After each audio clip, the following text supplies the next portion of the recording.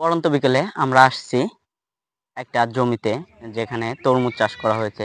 আসলে তরমুজের কথাটা শুনে অনেকেই হয়তো অবাক হবেন যে এই মৌসুমে কিভাবে তরমুজ চাষ? কারণ এটা বর্ষার মৌসুম।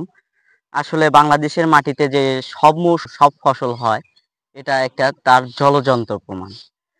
মালচিং পদ্ধতিতে চাষ করেছেন এক কৃষি উদ্যোক্তা ভাই। আর এই মৌসুমে যে তরমুজের ডিমান্ডটা অনেকটাই বেশি থাকে।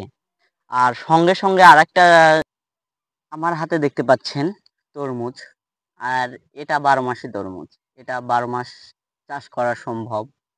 অনেকেই ভাববে যে বর্ষার মৌসুমে আসলে তরমুজ চাষ কোনোভাবেই সম্ভব না।